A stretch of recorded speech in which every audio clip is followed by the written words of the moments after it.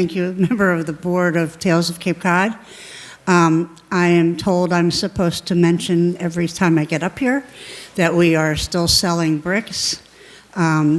We have new forms, so there's forms at the front desk if you need them. Otherwise, they're at www.talesofcapecod.org. And the deadline is September 30th.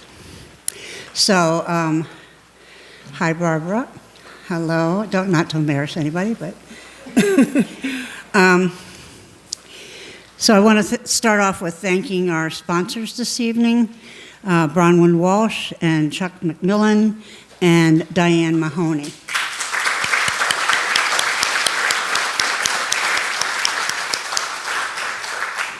Also, we have a food donation tonight by Barbara Erickson.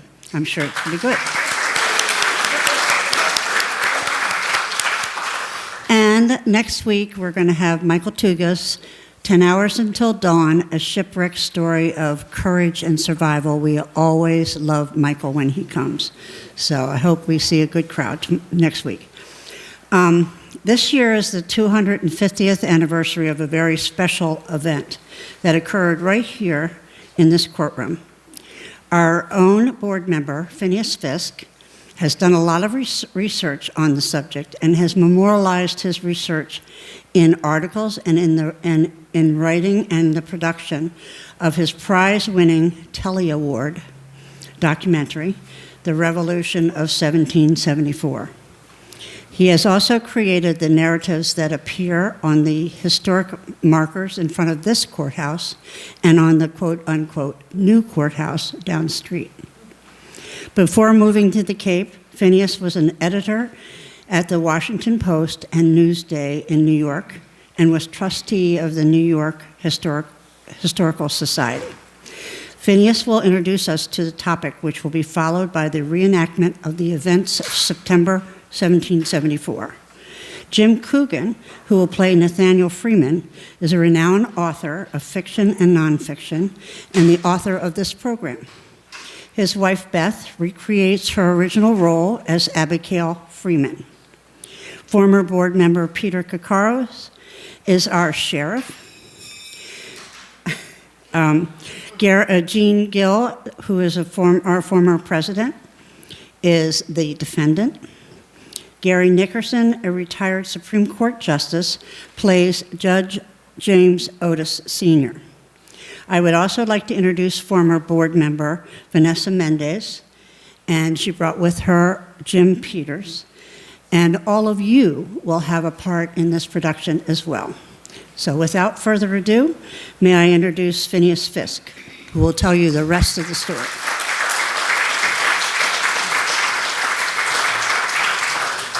Thank you.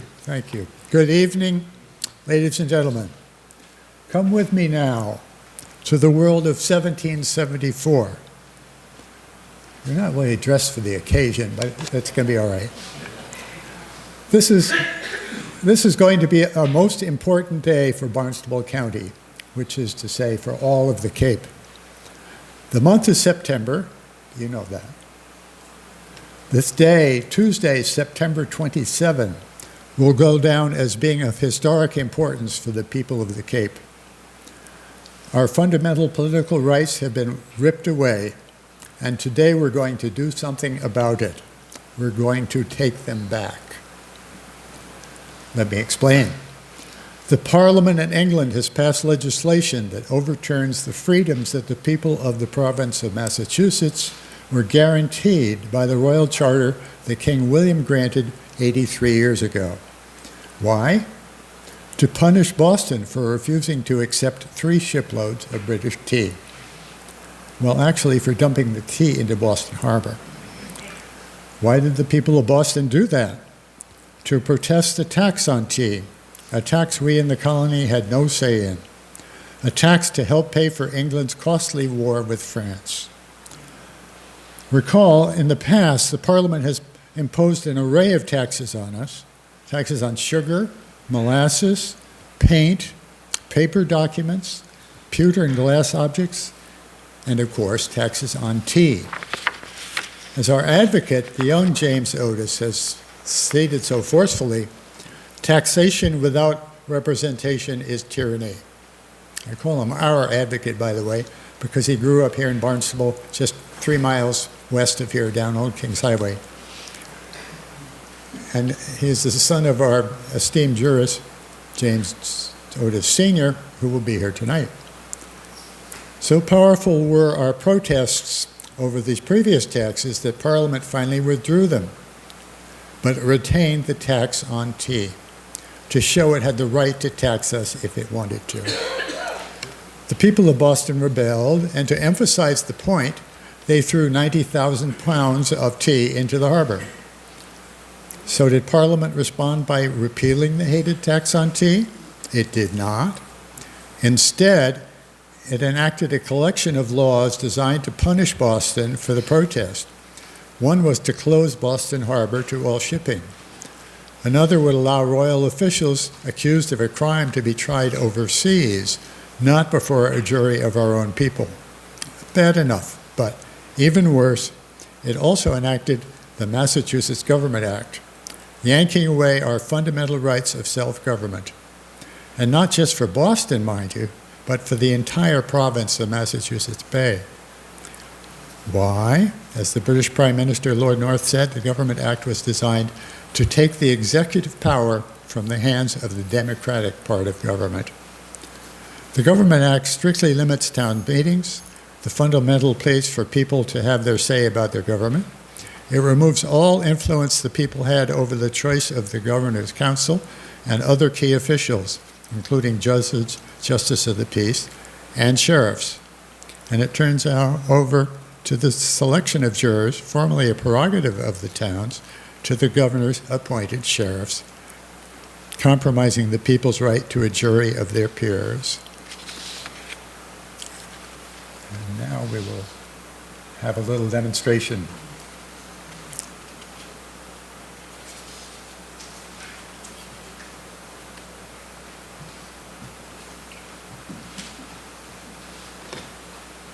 Good morning, Phineas.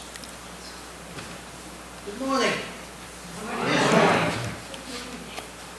It's a morning in September, 1774. Well, I really dressed rather strangely for this event. I have to say that I'm very happy that you're here, even though these are very difficult times for us.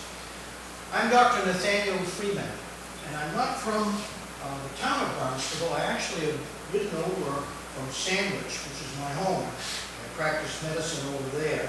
I'm also a leader of the Patriot group, and I'm related to the Otis family, Joseph, James Jr., James Sr., and Mercy. All of them ardent patriots. And I've come here today, as you have, to show our displeasure in the actions of our king. I am not a radical patriot such as Samuel Adams in Boston and some of the more radical people who are written for independence. I am only a patriot in the sense that I want to have the rights of English people. Going back to Magna Carta, the English Bill of Rights of 1689, we've always had guarantees of freedoms. And in the last few years, those freedoms have been threatened. I must say that as a younger man, about 11 years ago, we vanquished the French on this continent. I stood as a very proud Englishman. We belong to the greatest empire in the world, and I stood proud as an English person. But since that time, 1763, Parliament has begun to put restrictions on us here in the colony. And those restrictions we find are onerous and also very unfair. You know, of course, about the various taxes that were put on us by Parliament. Our town meetings have been circumscribed. We're not allowed to meet as we used to. And in this case, the reason that you're here today is that this colonial court is set to meet. It's a circuit court that meets every 6 months. And under the new rules of Parliament, the right of selection by jury, the random selection from the citizenry, has been taken away from us. And we are not happy. There are over 1,500 people outside of the courthouse this morning. They've come from as far away as Freetown, Eastham, Chatham, and they've come for this purpose to shut this court down. It'll be an overt action against the king. And you should know that the king is a young, very headstrong monarch, George III. George I never bothered us. He was more German than he was English. George II, the same way. But George III has decided that he would work a heavy hand on us in the colonies. And we've been here relatively independent for 150 years. We've proven that we can exercise our voting, we can run our town meetings, and that right has been taken away from us. And so therefore, we're angry. There are patriots, but there are also loyalists, the Tories. And this town is quite notorious as having a strong loyalist group led by Edward Bacon. He's one of the justices that meets in this court. Also, Nymphus Marston from the south side of the town is also a loyalist, as well as Isaac Hinckley and several other prominent people. They tend to dominate this town. It's not unusual. There's great division on the Cape right now. I don't imagine that you could possibly imagine in your time political division that would cause people to not be able to talk to each other, shop in stores that were part of the opposition, vitriolic stuff, and this is going on now. I know that you, in the future, would never have that situation, and I'm very happy that that would be the case. As I did mention, the division is very strong, and we have the Patriot faction, we have the Loyalist Tory faction, and you were lucky enough to get a ticket to come in here, and there are very few tickets available. A lot of people are outside wishing they could be in here. You have a red ticket or a blue ticket. And right now, to show that division in our community and in this building, those people who have the red tickets are going to get up and move over to this side of the courthouse. The people with the blue tickets are going to move over into this. So there'll be a bit of a scrum here, but you should be able to do it. And I think it's time to make the move now. Blue tickets here, red tickets here.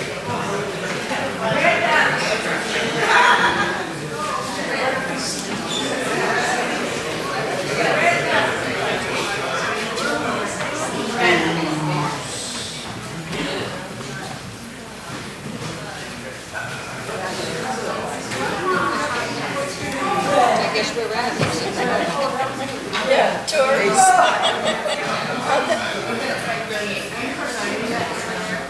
You sure?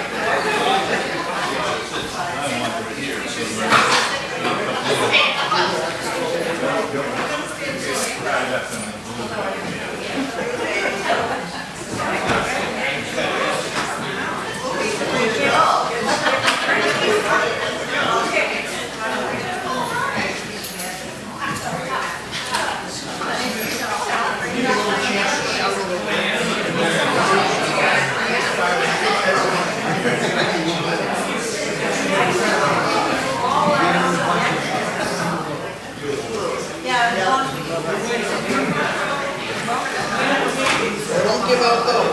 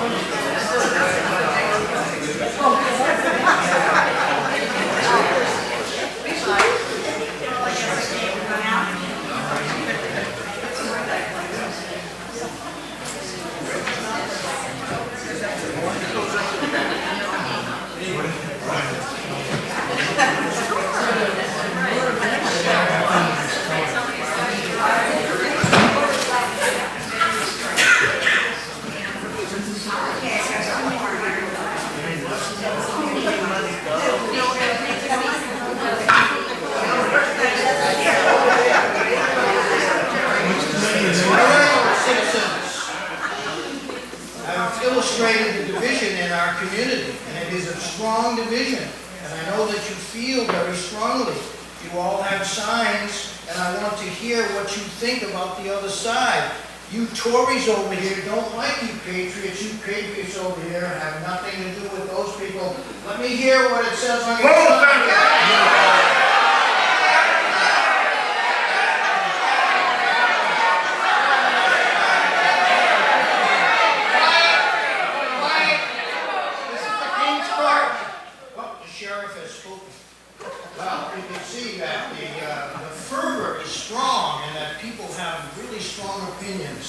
And that is why this community is divided, patriots and Tories. And you will see as we go through our program here how the court is rather slanted by the parliamentary new rules, and we'll illustrate that.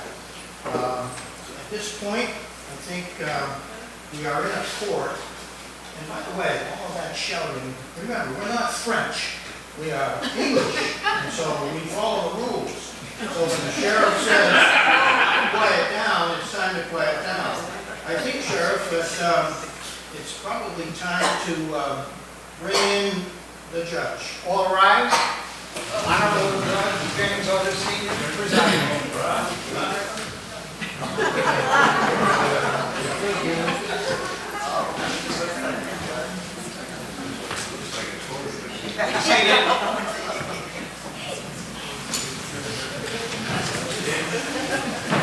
This is the Honorable Judge James Otis Sr. He is a patriot, but as a judge, he will be as impartial as he can be. But I'm sure we'll have some words to address all of you here. Mr. Sheriff, has the world gone mad? This is 1774, and there are women here in the courtroom. Sir, move them back. I have no idea. Hello, you have eyes. Now do your job. I apologize, Your Honor. Well, Dr. Freeman. Oh, Sheriff, you need to move the people who All need the to... women need to sit in the back of the room. I'm not sitting in the back of the bus. Where is someone? All the All the ladies. women have to go to the very back. Back of the room.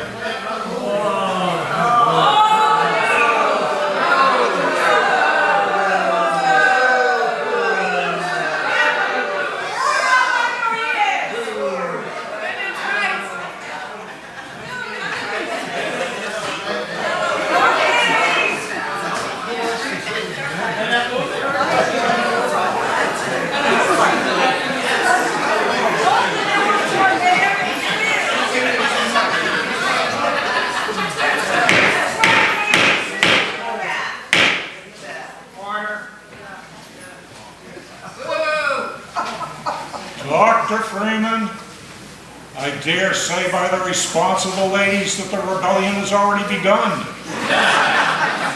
Well, I have to ask your permission. I have to admit that I am suffering from gout, and when I got on my horse for the sandwich, I fell off and hurt my knee. As a result, I brought my wife Abigail. She's been very helpful to me and has been able to keep me upright, so that's something that I normally wouldn't do. She should be home, I think, with our children, but she's come. All 12 of them.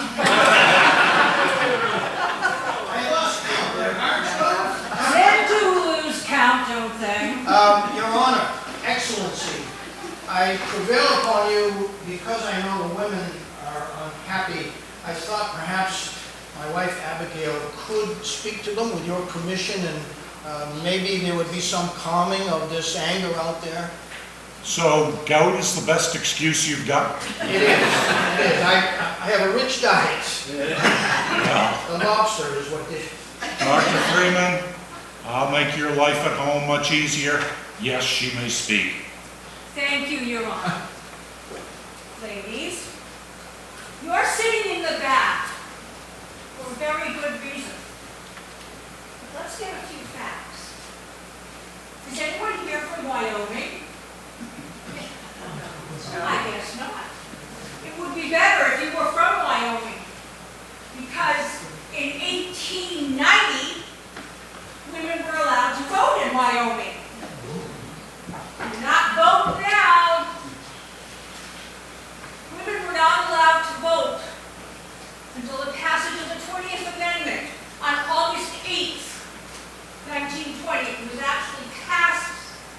in 1919 and ratified by 36 states in 1920.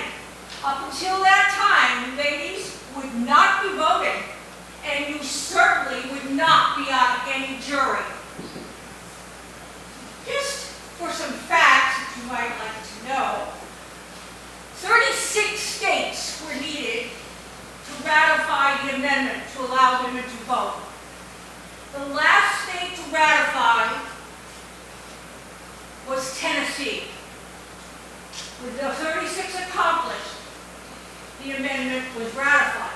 However, some states didn't see fit to ratify it. There were some states that didn't think you should vote at all. Noticeably, Maryland didn't think that until 1941. Alabama and Virginia, 1950. Florida, South Carolina, Georgia, Louisiana, and North Carolina didn't ratify the right of women to vote until 1970. Dr. Freeman, does she always shout like that at Yes, home? I do. Yes, I do. And it wasn't until 1969 that women were allowed to sit on juries in all states. You need to think about that. You need to think about what voting means. You need to get registered and vote, because that was a hard-fought right. And that's why you're sitting in the back, because you will have no say in this trial. Men do not care what you have to say. And a lot of women don't care either. Even Eleanor Roosevelt was not originally a suffragette.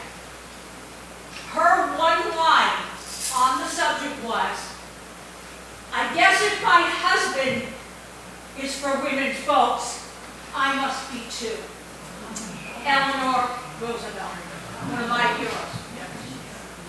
So ponder on that, ladies.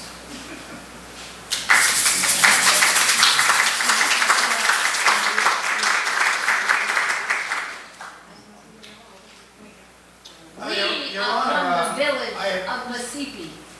We represent the Wampanoag Nation.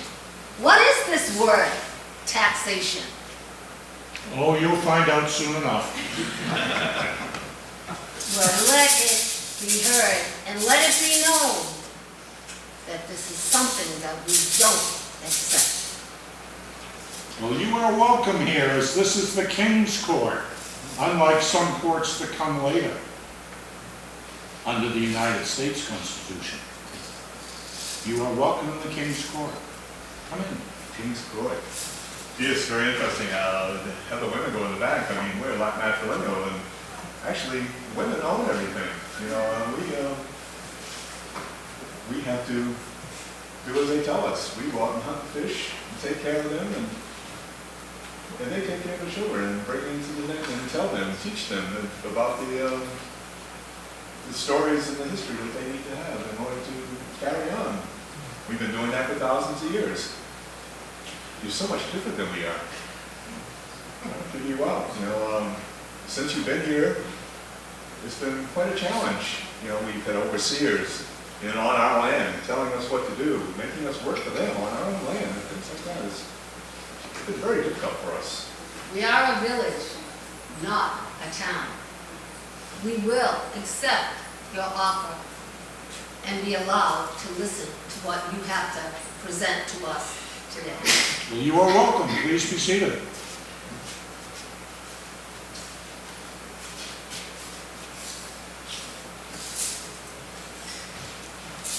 Thank you, Excellency. I think that was a very good welcome to our native people. And Well, the only concern I've got is, given everybody's speech about it, maybe the gentleman should sit in the back, and that's... It wouldn't be the first time.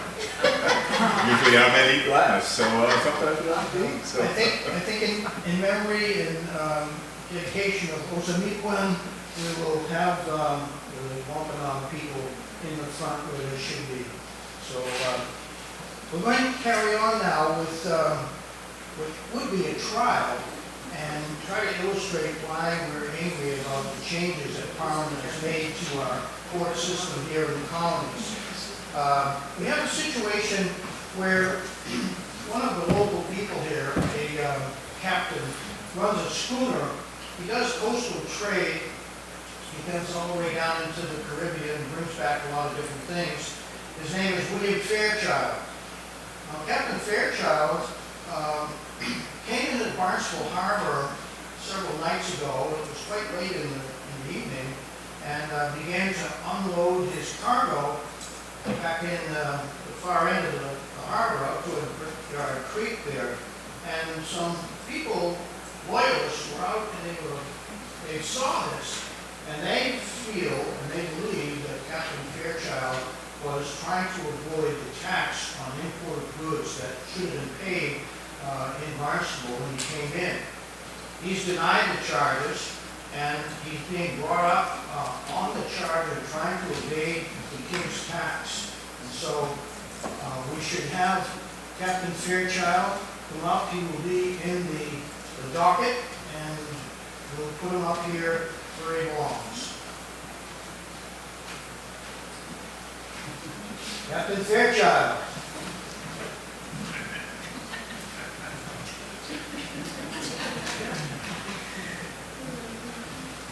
Captain Fairchild. Be seated, sir.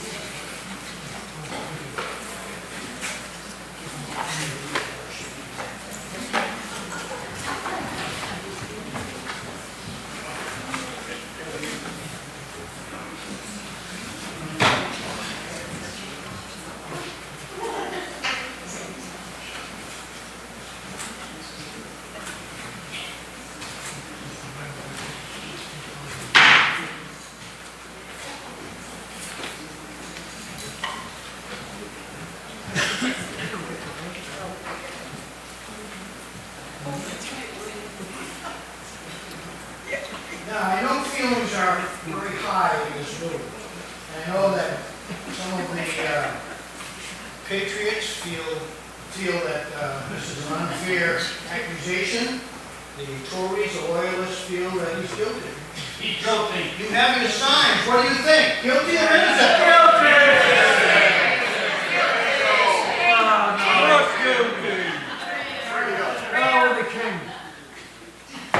Dr. Freeman.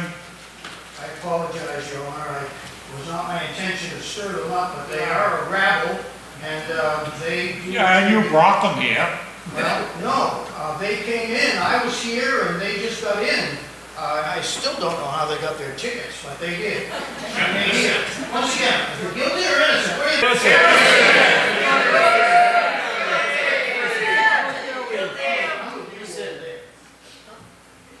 Oh, we already know that. Now, do we have any testimony here? Oh, let's get some jurors. We need some jurors.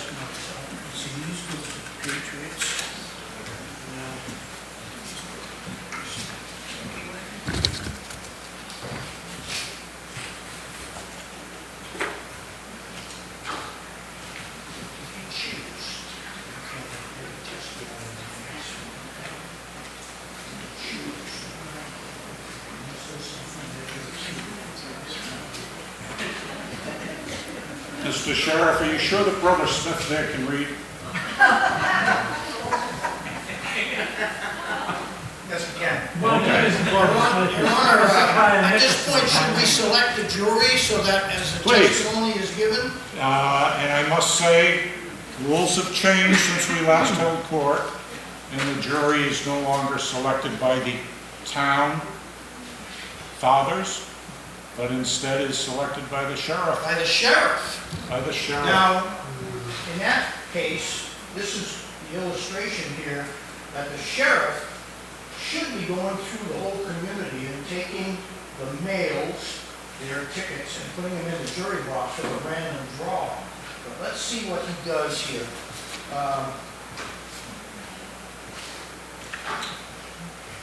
Doesn't look like he's taking any tickets from you. Wait a minute.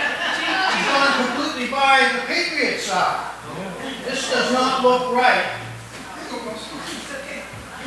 Now, look at all those, look at them all putting their tickets in.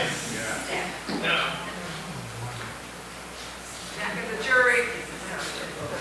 This is unfair. Certainly this violates all of the rules of Englishmen, and we feel that this is not right.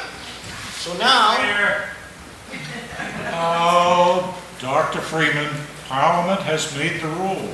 I realize that he's going to draw the jury now, and they'll come up here into the jury box. All right, jury number one.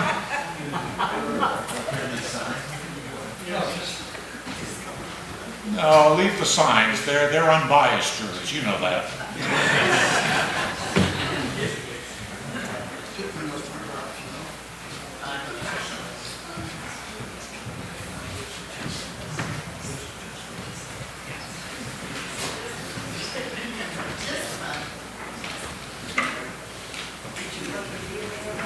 Mr. Sheriff, do we have some witnesses? Yes, we do. Please present the witnesses. We have witnesses for. All right, how about, are there any witnesses that would speak to the good character of our captain here? Any witnesses? I see some hands. We have one here.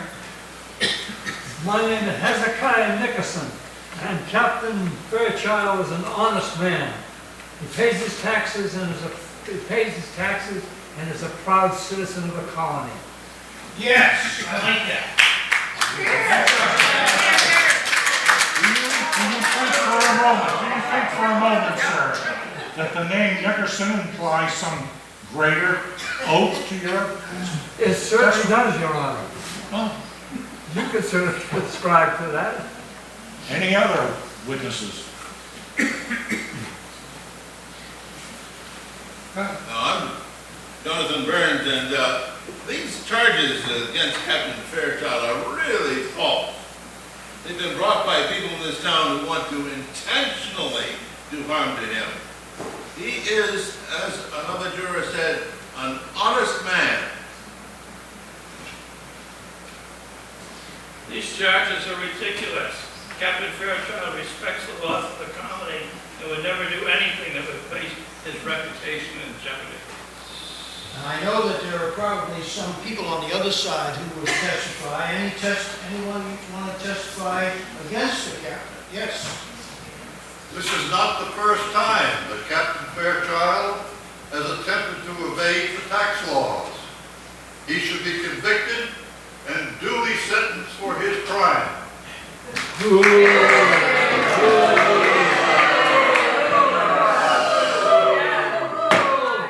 This isn't a popularity contest. How about other loyalists? Yes. Captain Fairchild is known to be a member of that patriot rabble in this town. He makes negative comments about our king and government. Why should anyone trust this man?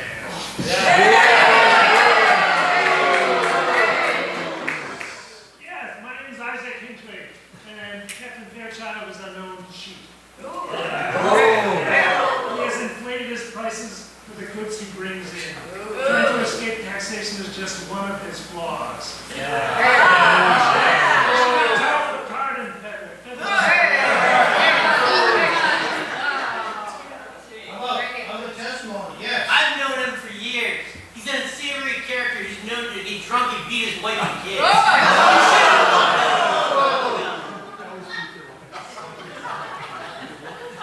Your Honor, we have testimony on both sides.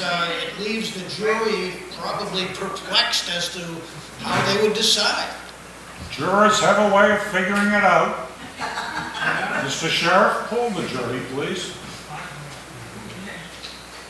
How do you plead? This turns next week when we get this. Definitely guilty. That's not right. That's not right. Take him away.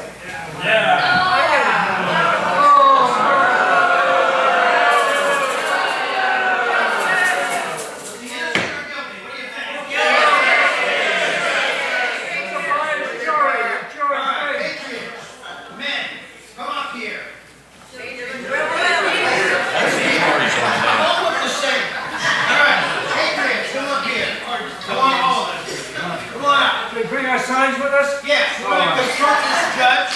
Even though he is a patriot, he's trying his best to stay within the parliamentary changes, but we're going to pressure him. We don't want this court to render such an unfair verdict. We are going to protest now. Well. All right. What do we think of this patriot who has turned his back on us? For shame. Not bad. He still takes the king's dollar. He takes the king's dollar. Shame on the Shame takes the king's money. Time to impeach. Clear the rabble out of here, will you? Retire him. All right, you rabble. You gotta leave. Bring Captain Fairchild back out here for Sunday. Fairchild, bring him back out. Down with the judge.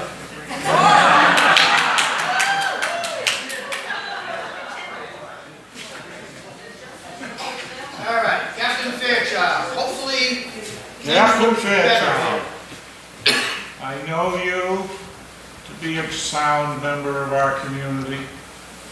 And while the King and Parliament has declared that the sheriff will pick the jurors, they overlooked one thing, and that is that the judge still passes sentence. 10 shillings and be gone with you. Your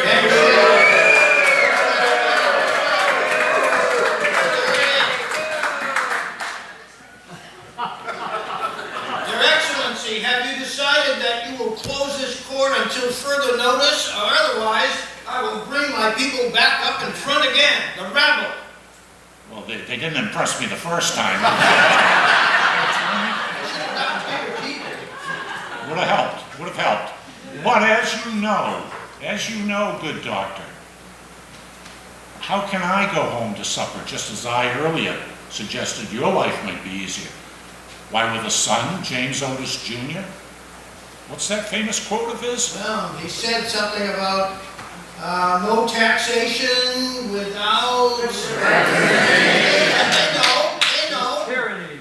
And as much as I did move most of the women to the back of the room, my daughter, Mercy, is quite the student and quite the author. She won't go to the back of the room. I know I've talked to her before, and she is an upfront person. I think she's pregnant up in Plymouth at the moment. That could be. I have no knowledge of that. Even being an internist and a doctor, I don't know that. In any event, it is probably wise to suspend the fall sitting of this court and let us see what the spring brings. I think that's a wise decision. Given that division, given the unrest in our community, I think that for this court to meet and give what they... Oh, we already know your view. We know your view. Court's adjourned.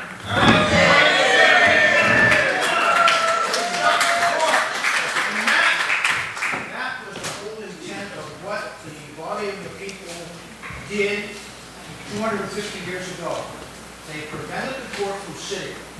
And Judge Otis, he was a patriot. Obviously, he had to be concerned about the community that he came from, but he did come down on the side that let's put this off and see what happens. And of course, we know what happened. this was September of 1774. It was only about 6 months later we have shots fired at Lexington and Concord.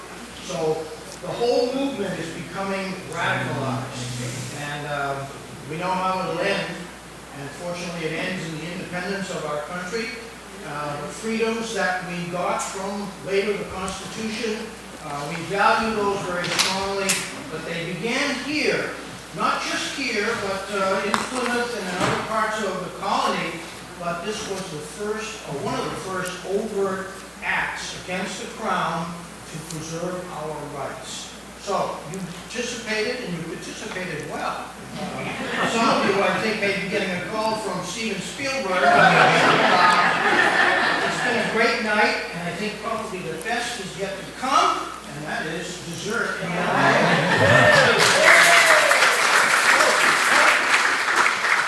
Before I do that, Phineas has some closing remarks that we have to listen to. Like it or not.